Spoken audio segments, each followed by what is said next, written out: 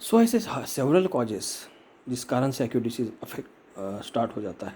Exciting factor means the psora which was there inside the body in the dormant state, which is responsible for the formation of the acute diseases, whatever may be the disease or acute emergency conditions even.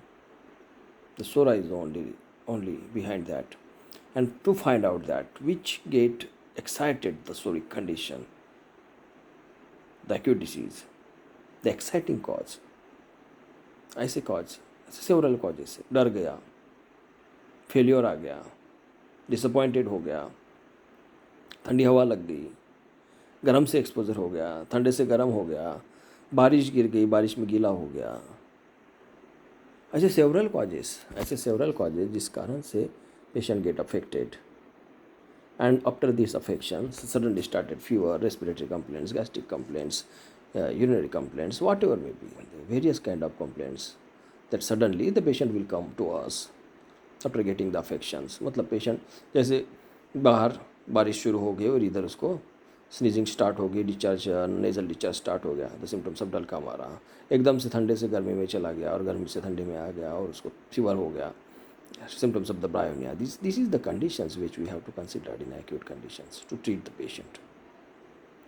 Suddenly exposure to the cold, north east cold wide, एकदम हवा का झोंका आ गया और patient बीमार हो गया और फीवर हो गया, the symptom of aconite. These are the factors, these are the symptoms, these are the exciting cause of the acute diseases we have to consider in the acute diseases. We have to consider in the acute diseases to treat according to the causation, location, sensation, modalities, and concomitant, what is there present in the totality, the acute condition. We have to consider the whole things and we have to prescribe. At the same time, what the Hahnemann says regarding the chronic disease, what he is saying in every case, in everything, every gist of this aphorism, the cause in acute, cause in chronic, the ultimate cause. So he is not saying that the cause is or ailment form is not essential in the chronic diseases, or ailment form is only essential in the acute diseases, as the fundamental cause is the cause of chronic disease. So the ailment form is not essential, the acute cause or exciting cause is not essential in the chronic diseases. He is not saying in this aphorism. He is saying that what he is saying, he says that for the chronic diseases, the most significant point in the whole history of the chronic disease, most significant point in the whole history of the chronic disease, to enable him to discover its fundamental cause. मतलब Hahnemann बोलते हैं कि this fundamental cause means the psora, syphilis and sycosis, जिसको Hahnemann ने 12 years लगाया discovery करने के लिए, वो कॉज जिसको स्टडी बाय स्टडी, एक एक केस की स्टडी, बार बार केसेस की स्टडी करके रिवर्स ऑर्डर में जाने के बाद डॉक्टर हैनीमैन ने निकाला कि something which is there, which is common in these cases, which they get suffered at the past, their generations have suffered, and from this it is inherited genetically बोलते हैं ना हम लोग अभी, तो ये इनहेरिटेड होके अभी तक केसेस में आ गया, जिसने ये फंडामेंटल कॉज ने हमारे जनरेशन को चेंज कर दिया, हमारे बिहेवियर को चेंज कर दिया. This is the thing is there in the section 5. Everything he is telling about the cause as well as he's giving the complete idea of case taking, what we have to ask in the case taking, what we have to consider in the case taking. That is given in the section 5. What is that? What is that? To find out these fundamental cause means वो fundamental cause को जानने के लिए, या वो patient disease condition में कैसे आया जानने के लिए. क्रोनिक डिसीज़ है, सेवरल डेज हो चुके हैं, काफ़ी दिनों पहले उसको अफेक्शन हो चुका है, वो अफेक्शन अभी उसको तकलीफ़ देते जा रहा है, जनरेशन बाय जनरेशन में तकलीफ़ देते जा रहा है, उसके अफेक्शन ट्रांसमिट होते जा रहे हैं. So in that conditions, to find out the cause, to find out the prominent dominant myzome, or the number of complex mysomes is present in the case.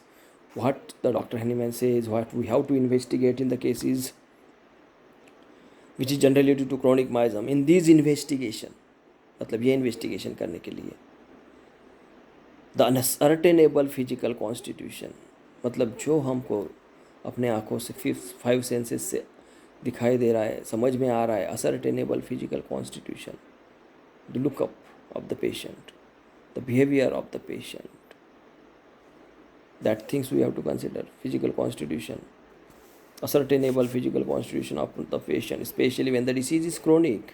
बार बार बोल रहा है कि डिसीज क्रोनिक है.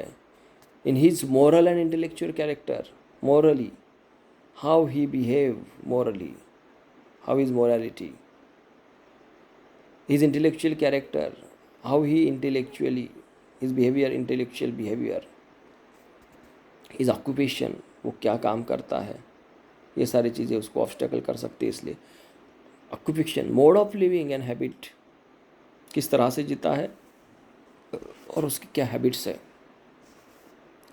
ये सोशल एंड डोमेस्टिक रिलेशंस, ये social and domestic relations means social position में, समाज में वो किस तरह से जीता है, उसका बिहेवियर क्या रहता है समाज के प्रति. घर में डोमेस्टिक रिलेशंस मीन्स घर में उसका बिहेवियर क्या रहता है, घर में अपने रिलेटिव्स के साथ, अपने बीवी बच्चों के साथ उसका रिलेशंस कैसा है. उसकी एज का इम्पोर्टेंस दिया है. सेक्सुअल फंक्शंस के बारे में बोला है, जो उसकी जो डिस्क्रेशिया है उसको शो करता है. So whole thing are to be taken in to the considerations. क्या बोला है सेक्शन 5 में कि क्या क्या चीज़ों को इम्पोर्टेंस देना है क्रोनिक डिसीज़ को असर्टेन करने के लिए, और कौन सा कॉज ढूंढना है. Because we have to find the ultimate cause, the fundamental cause. Fundamental cause is also a cause, means the element from. It is not different from this.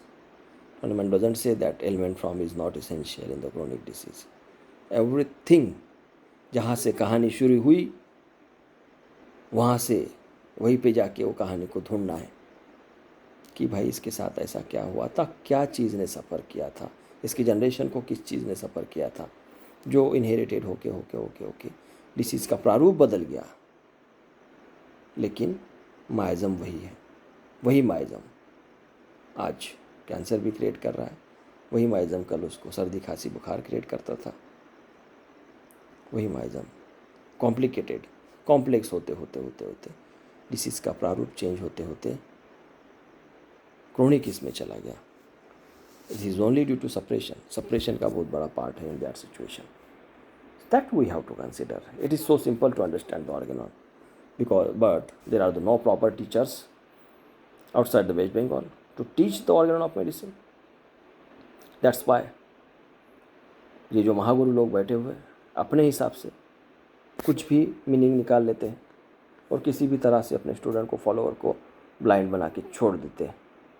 ये लोग स्टार्ट तो बहुत अच्छा कर सकते हैं, लेकिन there will be a dissatisfaction in the practice if they don't have the clear idea of the organ of medicines.